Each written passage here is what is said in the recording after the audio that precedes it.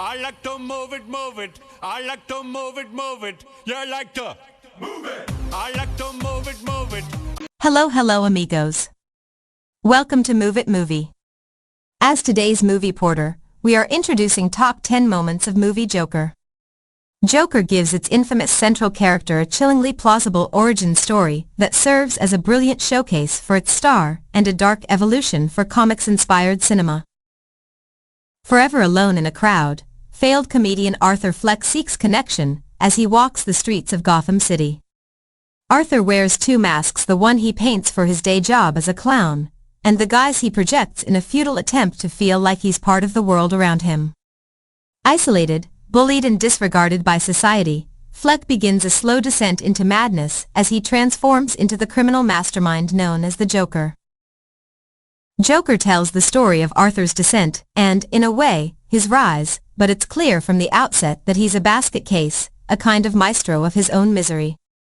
He would like, on some level, to connect, but he can't. He's too far out there. Like Norman Bates, he's a self-conscious, postmodern head case, a person who spends every moment trying to twist himself into a normal shape, but he knows the effort is doomed, so he turns it all into a joke that only he gets. Arthur's response to almost everything is to laugh, and he's got a collection of contrived guffaws, a high-pitched delirious giggle, a hearty yawk, a stylized cackle that's all but indistinguishable from a sob. In each case, the laughter is an act that parades itself as fakery. What it expresses isn't glee, it expresses the fact that Arthur feels nothing, that he's dead inside. He's a bitter, mocking nowhere man on the edge of a nervous breakdown. While Philip's cast is riddled with character actors, whose unique faces would rival the cast of One Flew Over the Cuckoo's Nest, it's mostly an individual piece. Francis Conroy's Penny Fleck feels older relatives that you've had in your life whose grip of memory and time is being consumed by that succubus dementia. Zazie Beetz' Sophie feels as if her role in Arthur's life is imagined long before the twist toward the end of the film. It's simply unimaginable that a single black mother at that time would ever suppress the intuition that this man's psychosis is a danger to her and her daughter. Robert De Niro's Murray Franklin is totemic, a jawing flat-faced 70s Jay Leno, wrongfully diagnosing Arthur's limits. While many critics and audience members alike have called out this performance as intrinsically connected to the Scorsese masterwork The King of Comedy, I think that's a misdiagnosis. De Niro's square-jawed Franklin is the establishment. While he may have the ability to conduct a crowd and deliver incisive barbs, he's punching down at a people feeling abandoned and angry. In critic Luke Buckmaster's examination of the Joker, he called it a rare and incendiary work of art. Luke goes on to talk about the politics of the film. If popular art is a mirror to our society, and Joker, as a character in the movie, and now the film's place in popular culture is a symbol of the actualization that there is simply no societal mechanism that has your best interests at heart. It's an interesting take that in my mind misplaces the credit for context that Arthur emerged. Arthur did not create this, he's a byproduct. Arthur did not create discontent and revolt. He's the star of a powder keg moment, a hashtag that's gone viral, a transient egg boy, a young Aussie kid made virally famous for smashing an egg on a racist politician. Here, perhaps, lies the issue. Joker did not affect political change. It did not, upon reflection, incite violence or aggressive activism in any way. The reception was bordering on lascivious.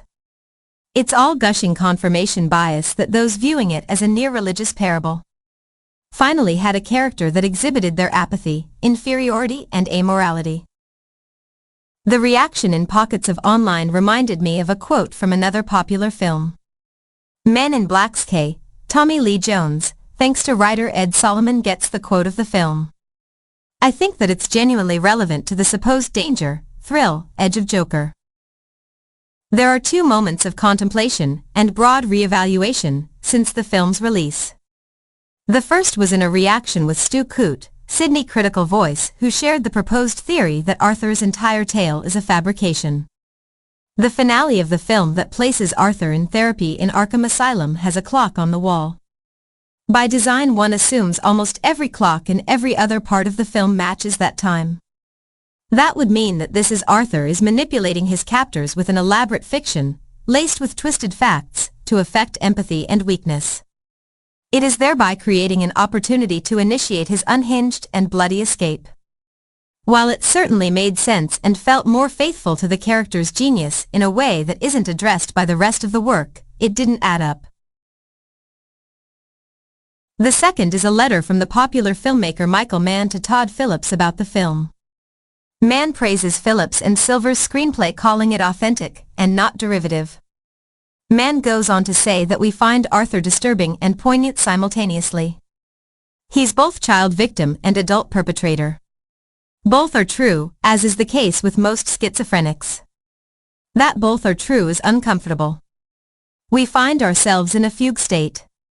Its counterpoint. Mann's points are something to consider in portrayals of the Joker. In Mann's own work adapting Thomas Harris's Red Dragon into Manhunter, he wanted to make audiences feel that quandary deeper than in the pages of the novel. It's not that Arthur Fleck cannot be victim and perpetrator, it's that when his cocoon opens, the inference is that he ascends into the Joker. Manhunter's Dollarhide crystallizes that premise in a vastly more frightening and unique way. Dollarhide's family observation, killing, the staging of victims into a profoundly perverted dead audience for his sexual domination, and death-dealing is authentic and not derivative.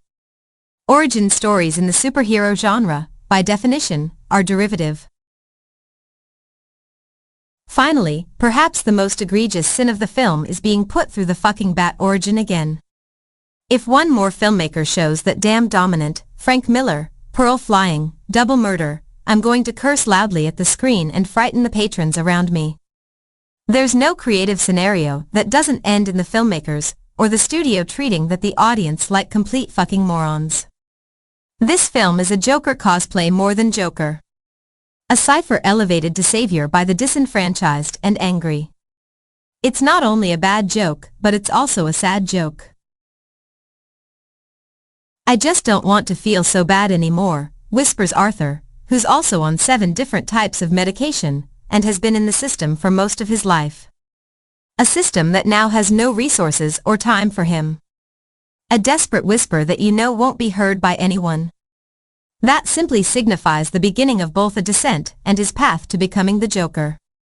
This is ultimately what Joker is, an origin story. One that touches only ever so lightly on what has come before in the DC universe.